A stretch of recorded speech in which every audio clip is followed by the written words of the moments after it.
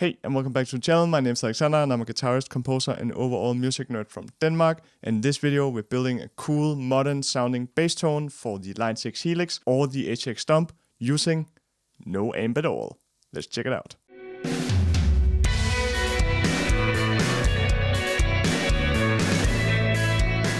Before we dive into the tutorial so you can see exactly how I created this tone, I simply want to mention that I run a website called composition101.com. On there you can get Helix presets, you can get impulse responses, and I have a lot of cool things coming this year. One of them is that I just released this huge bass bundle called Gig Ready, the bass collection, where I go through all of the cool bass amps in the Line6 Helix line, and I do Gig Ready setup for it, so you can simply just plug your bass in, hit the stage, and you will sound awesome using your favorite amp. You can of course go all out and buy the entire collection pack with all of the amps, but I separated the product into smaller chunks as well, so if you don't want to spend as much or anything like that, or you are just after a specific amp, you have that option as well. Another side note here, I can see on my monitor screen here that I look super tired. I have bags under my eyes, dark fucking things and stuff like that. I recently had a daughter, and I'm super happy about that of course, and woo, we did it, daughter! But that's why I look so damn tired, so keep no mind to that.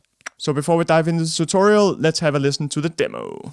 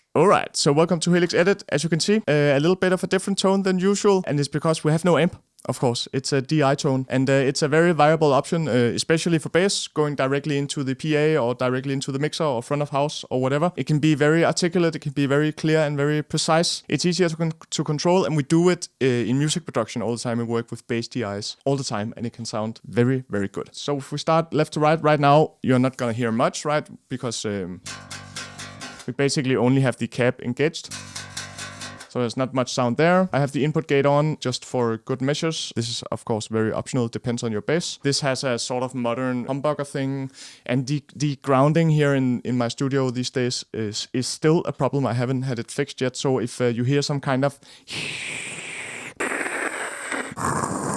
hissing noise when we put on the drive and stuff like that, it's not because the preset is bad, it's because the grounding in this shithole place is bad. But I'm gonna fix it, I promise. I have some guy on it. I'm not gonna do it myself, I'm not that handy. Alright, jokes aside, the first thing we do if we kick on this Studio Tube preamp, and it has the settings. You can of course pause the video if you want to, and still get a little more volume, but not a lot, don't worry. So the meat of potatoes, or we can say the replacement for our amp, is the good old Obsedian 7000, which is the Dark Glass emulation, B7K, I believe the actual one is called. And when we put that on, we start to get some tone, right? But we're still missing a lot of things. And there's a lot of settings here, and you can see all of these little snapshot marks, the white text on the side. If you don't know, it's when you right click and you can say, I want to control this with a snapshot. So when I change my snapshot up here, as I'm going to show you later on as well, these parameters can change. So if you didn't know that, welcome to the snapshot world. It's super awesome. So you can have different settings and you have no latency switching between them because it's basically the same preset, but parameters just change, right? So you can copy the setting from here. This is more or less my go-to settings using the Obsedian 7000. I love this pedal. It's so damn good, and it sounds good on basically anything, right?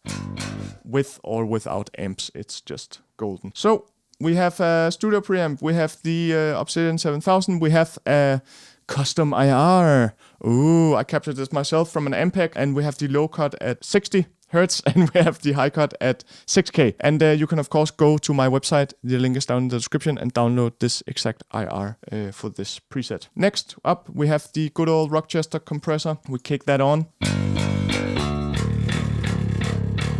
And we start to get some tone, right?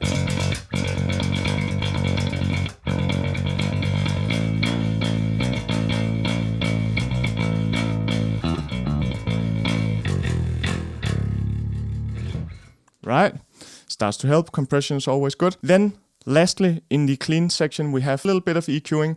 First, the 10-band graphic EQ before the Dark Glass pedal, and then we have a 10-band, another 10-band EQ after the cap, right? You can check out the setting from here. This, of course, very much depends on the bass, right? And as you can see, I don't do a lot here. Before and in the clean section, that is, later on it will switch a bit, because again you can see we have these snapshot things going on. I basically just boost a little bit of 125 Hertz to get a little more bass in the bass, right? But if you have a different bass than this, you probably do.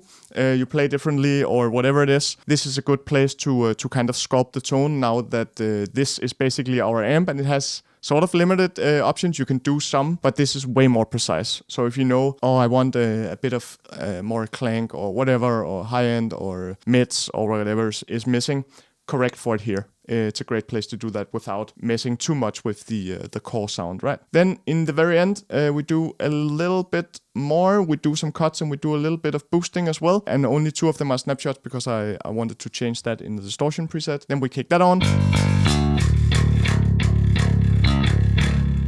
Right? So you can hear there's a lot of heavy lifting there, also volume-wise.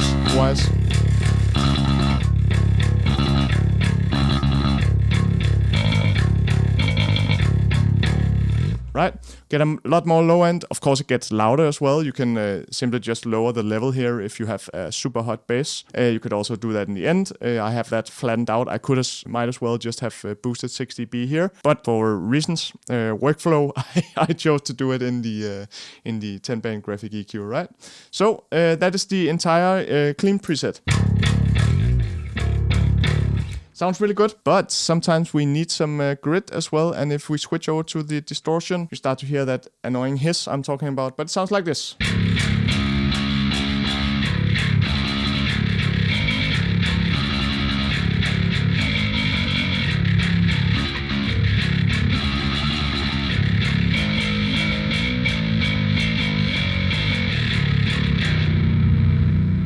Super gritty, super heavy and awesome, but awesome. There was some weird Danish-English mix there. But this is super great for, you could play sludge, you could play metal, you could also probably use it in some other variations. In the demo you hear I use it when it's sort of at its dynamic peak. It's cool to have some bass distortion if you play death metal or anything like that. This is a super viable way to go as well. And of course, it's the same blocks we have. And I boosted the gain on the preamp by 1 dB to 7. This is exactly the same. You can see here, there's a little bit more happening. If I switch between the snapshots, you can see the settings change, right? This is where the heavy lifting comes into place. If I switch back to clean, you'll see. Ooh, basically every parameter switches. Drive goes to 10, super awesome. Of course the distortion is on, the EQ settings change a little bit. I take the grunt off because it just didn't sound good. And I play around with the blend and the level a little bit as well. The IR doesn't change at all. And you can see here in the end, I don't even recall, just a little bit, right? A little bit of correction there. You probably won't be able to hear that. So that is the DI bass tone. Both in the clean and the gritty, grit swamp fucking distortion version. Thank you very much for taking the time to watch the video. I hope that you learned a little trick or two for your own Helix tone crafting endeavors. If you want the preset and the IR, you can of course go to the link down in the description and grab it for completely free.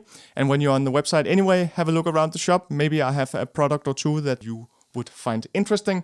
And if not, that is totally fine as well. As always, the best way to support me is of course to subscribe to the channel, like the video and throw a comment down below. You could say if you used the preset and if you liked it or what you want to see me do a video about next. It'd be very much welcomed. That's all for today. Again, thank you a lot for watching the video and hanging around the channel. It's always very appreciated. I'll see you next time.